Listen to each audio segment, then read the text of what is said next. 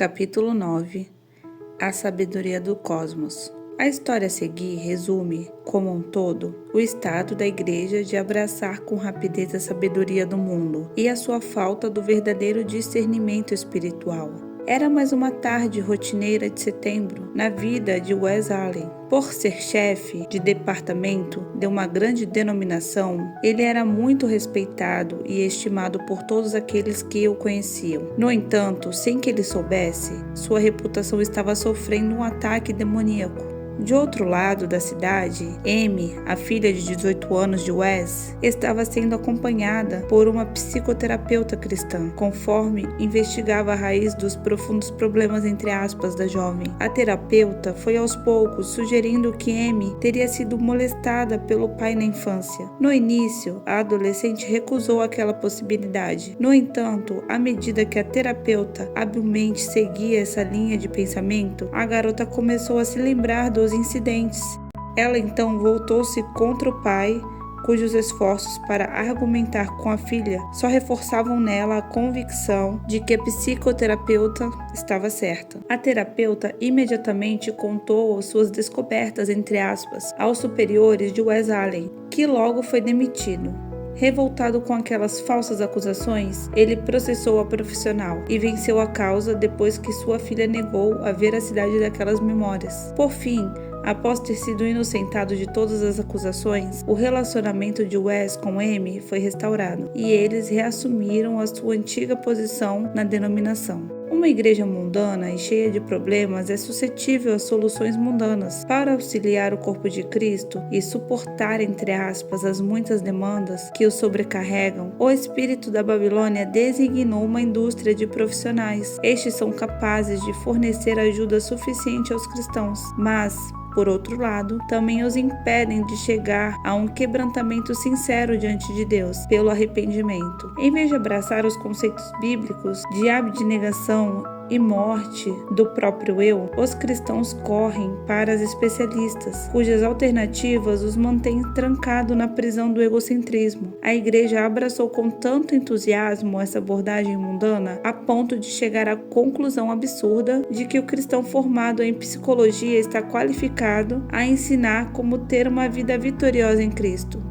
Como observou John MacArthur, as escrituras são um manual para todo o trabalho da alma. Elas são tão abrangentes no diagnóstico e no tratamento dos assuntos espirituais que, energizadas pelo Espírito Santo, assemelham o cristão a Jesus Cristo. Esse é o processo de santificação bíblica. A psicologia cristã, entre aspas, como é chamada hoje, é um paradoxo. A palavra psicologia não se refere mais a estudar a alma, e sim descreve uma gama de terapias e teorias fundamentalmente humanistas. Os pressupostos e a maioria das doutrinas da psicologia não podem ser integrados à verdade cristã. Além disso, a inserção dessa ciência no ensino da igreja tem obscurecido a linha entre a mudança de comportamento e a santificação. O caminho para a plenitude é o da santificação espiritual. Na sua primeira carta aos Coríntios, Paulo descreve o que chamaríamos de a mente ocidental, ao dizer: os gregos, gentios, buscam sabedoria.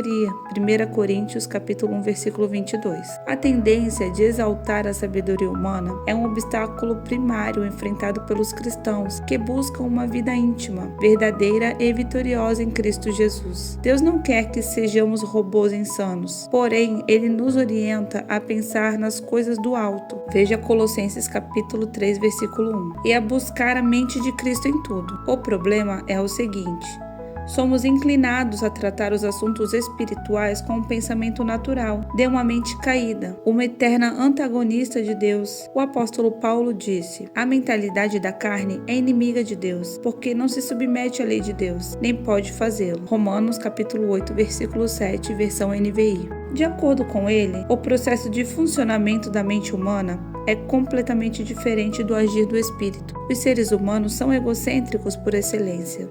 O nosso pensamento gira quase sempre em torno de nós mesmos. O orgulho e o egoísmo, resultantes desse modo de pensar, são opostos ao pensamento do Espírito. Existe um conflito de base entre os dois. Veja Gálatas capítulo 5, versículo 17. Lamentavelmente, nem a pessoa mais brilhante entrará no reino se não tiver a humildade de uma criança. Veja Mateus capítulo 18, versículo 3 e 4. É imperativo que os cristãos humilhem a sua grande inteligência e aprendam que os problemas espirituais não podem ser compreendidos apenas pela lógica humana. Sejamos honestos. Grande parte das igrejas é mundana, carnal e egocêntrica. Elas estão cheias de cristãos desanimados e derrotados, cujas vidas saíram do controle em uma cultura permissiva e próspera. Inevitavelmente, muitos lutam com uma sobrecarga de problemas emocionais e vícios. A igreja perdeu de vista a cura desses males e agora só pode oferecer um analgésico chamado aconselhamento para amenizar a dor.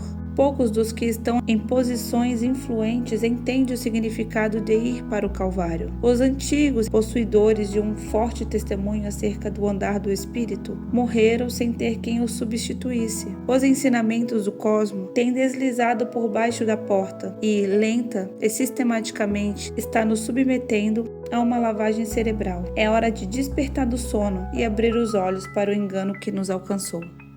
A sabedoria do cosmos.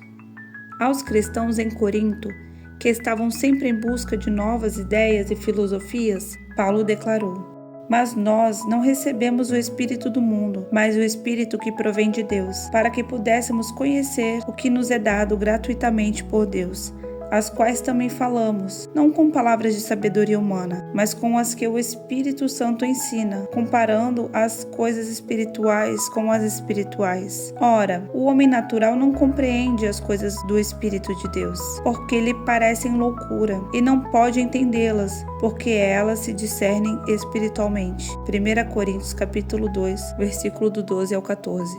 O apóstolo escreveu isso porque os coríntios eram imaturos. Não era possível falar com eles como se fossem cristãos com discernimento espiritual, mas como a carnais, como a meninos em Cristo. 1 Coríntios, capítulo 3, versículo 1. Os coríntios estavam encantados com a sabedoria deste mundo. Por isso, Paulo sempre os lembrava de que a sabedoria do cosmos é insensatez para Deus. Falamos a sabedoria de Deus oculta em mistérios, a qual Deus ordenou antes dos séculos para nossa glória, a qual nenhum dos príncipes deste mundo conheceu, porque, se a conhecessem, nunca crucificariam ao Senhor da glória. 1 Coríntios, capítulo 2, versículos 7 e 8. A sabedoria do mundo recorre à lógica do homem e à vida pessoal. A Babilônia menospreza o caminho da cruz e exalta a busca e a continuidade da felicidade pessoal. Esse conflito de ideias é apresentado com clareza nas palavras de Jesus: "Se alguém quer vir após mim, negue-se a si mesmo e tome cada dia sua cruz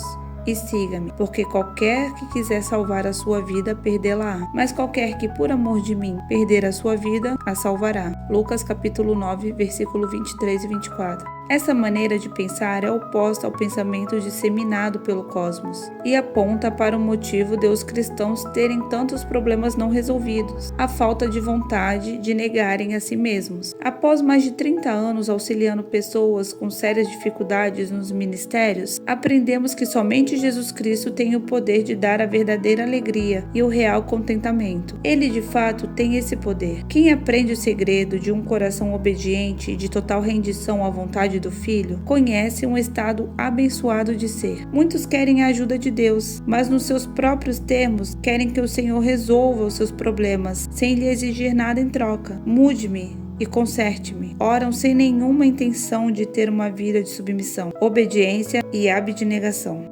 Eles querem que o Pai Celeste resolva os seus problemas, sem que precisem abandonar o seu estilo de vida prazeroso, o qual produz um comportamento obsessivo. Em resumo, querem que o Senhor os livre dos problemas sem interromper o fluxo da vida deles. Querem a vitória do Calvário sem a cruz, mas isso é impossível. A igreja adotou a ideia de que o problema físico deve ser levado a um médico, o espiritual a um ministro e o emocional a um psicólogo. A pretexto do profissionalismo, portanto, o espírito do cosmos foi capaz de colocar falsos ensinamentos no meio do corpo de Cristo. Em dado momento da vida, estando ainda afogado no pecado, eu costumava dizer em mim mesmo: se tivesse dinheiro para pagar um psicólogo, ou melhor, um psiquiatra, teria a ajuda de que realmente preciso. O campo da psicologia sempre exerceu certo fascínio sobre mim. Eu pensava: Certamente esses estudiosos da mente e do comportamento possuem o conhecimento necessário para libertar as pessoas. Na minha situação, estudei psicologia na escola e mergulhei nas teorias da moda. Coloquei a minha confiança nessa ciência sólida, conforme acreditava, até então, embora ela fosse incapaz de me ajudar a superar os meus problemas. Quando me converti, transferi a minha confiança para a psicologia cristã e os seus ensinamentos. Somente depois de frequentar o seminário, onde aprendi o verdadeiro aconselhamento bíblico, pude ver o quanto a minha confiança estava equivocada.